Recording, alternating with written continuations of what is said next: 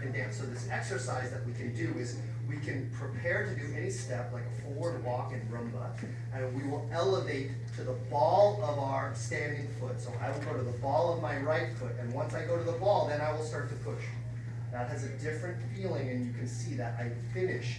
Even if I want to push and I just try to push without doing that, you can see that it's more empty than if I train myself to elevate to the ball of the foot and then push, right? Then the weight, the working of the foot off the ground has a consequence in the body. It creates a lifted hip, right? And then from here, I can control how this lifted hip resolves, and then I'll collect, and then I have a more complete idea of the Cuban action. If I go from the left foot, it's the same idea. I'll elevate to the left foot, and then I will push.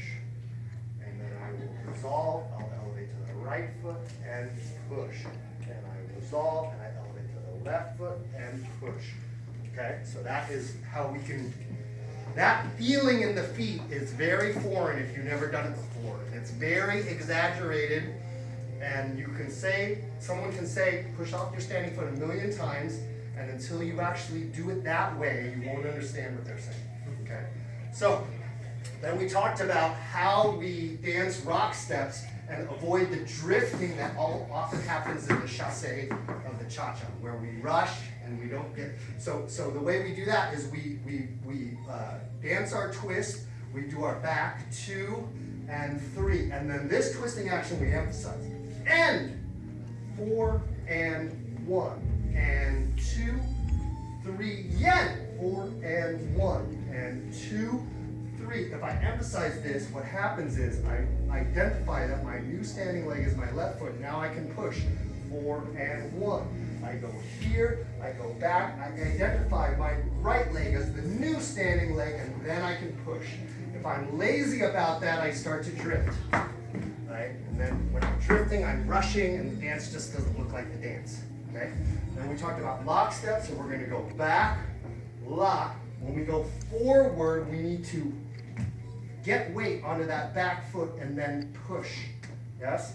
And then when we go backwards, we need to make sure that we are leading with our left side first as we go back and pushing off the right foot. 4, and heel slides down, collecting the knee, 1, and then 2 and 3 and 4 and 1. We talked about continuous back locks, 2, 3, 4, and 1, 2, and 3, 4, and 1. And then the last thing we talked about is the difference between a rock and a check.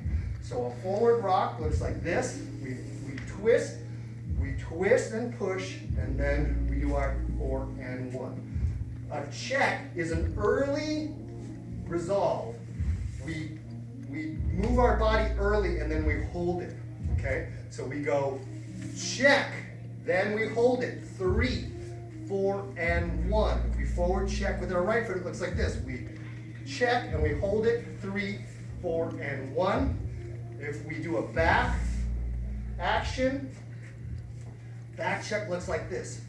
2, 3, 4, and 1 versus a back rocking action, which is 2 and 3, 4, and 1. Yeah? Good job, everyone.